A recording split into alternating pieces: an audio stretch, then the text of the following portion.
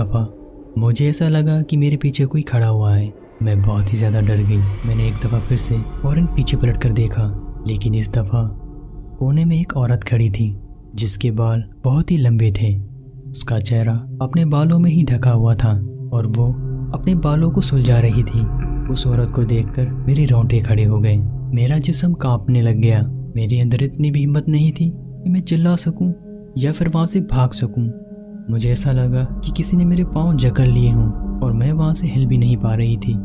और वो इतनी खौफनाक औरत अचानक से उठी। उसका कद काफ़ी लंबा था और अचानक से वो उस पुराने घर में चली गई। लेकिन उसके जाते ही मानो मेरा वज़न हल्का हो गया हो और मेरे पाँव भी आहिस्ता से हल्के हो गए। मैं चीखते चिल्लाते हुए अपनी अम्मी की तरफ भागी। मैंने फ़ौरन अपनी अम्मी को बताया कि अम्मी, ऊपर कोई औरत है जो सामने बैठकर बाल बना रही थी। आप मेरा यकीन करें, ऊपर कोई औरत थी, आधे कपड़े उठाए हुए और आधे कपड़े रास्ते में ही गिर गए। ये देखकर अम्मी बहुत ही ज़्यादा घबरा गई। इसके बाद मेरा भाई ऊपर गया जो सारे कपड़े लेकर आया, लेकिन उसे कोई भी नहीं दिखाई दिया। लेकिन उसका कहना यह था कि जब मैं कपड़े समेट रहा था तो मुझे पास वाले घर से किसी के गुर्राने की आवाज़ आई, जैसे कोई मुझे मना कर रहा हो कि इस तरफ मत झांको। अम्मी, वो घर तो खाली है और उस घर के बाहर ताला लगा हुआ है और उसकी हालत इतनी ख़राब है, शायद उसको बंद होते हुए 20 से 30 साल तो हो गए होंगे या शायद इससे भी पुराना। ये सुनकर मेरी अम्मी भी परेशान हो गई और मेरे अब्बू भी। वो सारा मंजर देखकर मेरे सर में दर्द शुरू हो गया। मैं जाकर सोने लगी। मेरा जिस्म पूरा कांप रहा था। उस वक्त मैं सिर्फ ये सोच रही थी, आखिर वो औरत कौन थी जो इतनी देर रात को सर्दी में छत पर बैठकर अपने बाल बना रही थी। वो कितनी खौफनाक थी।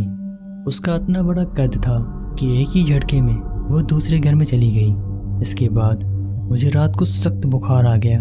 मेरी इतनी बुरी हालत हो गई, ना मैंने कुछ खाया और ना ही मैंने कुछ पिया। अम्मी मेरे लिए कुछ लेकर आई, लेकिन वो भी मैंने नहीं खाया। मुझे बहुत सख्त नींद आ रही थी और मैं सो गई। रात के तकरीबन 2:30 बजे मेरी आँख खुलती है। मेरा हलक खुश्क हो चुका था और मुझे बड़ी सख्त प्यास लगी हुई थी। मैं अम्मी के पास गई, लेकिन अम्मी बड़ी गहरी नींद में सोई हुई थी और मेरे अब्बू भी सोए हुए थे। मेरा भाई भी सोया हुआ था। मैंने कहा, हसन हसन, मेरे लिए पानी तो ला दो। लेकिन वो बहुत ही गहरी नींद में था। मुझे लगा कि अब मुझे ही जाना पड़ेगा। मैं बड़ी मुश्किल से उठी। मेरा जिस्म उस वक्त टूटा हुआ था। मैं अपने बेड के सहारे उठी। मैं हिम्मत करके कमरे से बाहर निकली, लेकिन जैसे ही मैं बाहर निकली किचन में जाकर पानी पीने के लिए, किचन की लाइट्स जल रही थी। कमरे से निकलते ही साथ ही सहन के कोने में किचन था और मैंने जब उस तरफ देखा, कोई औरत खड़ी हुई थी।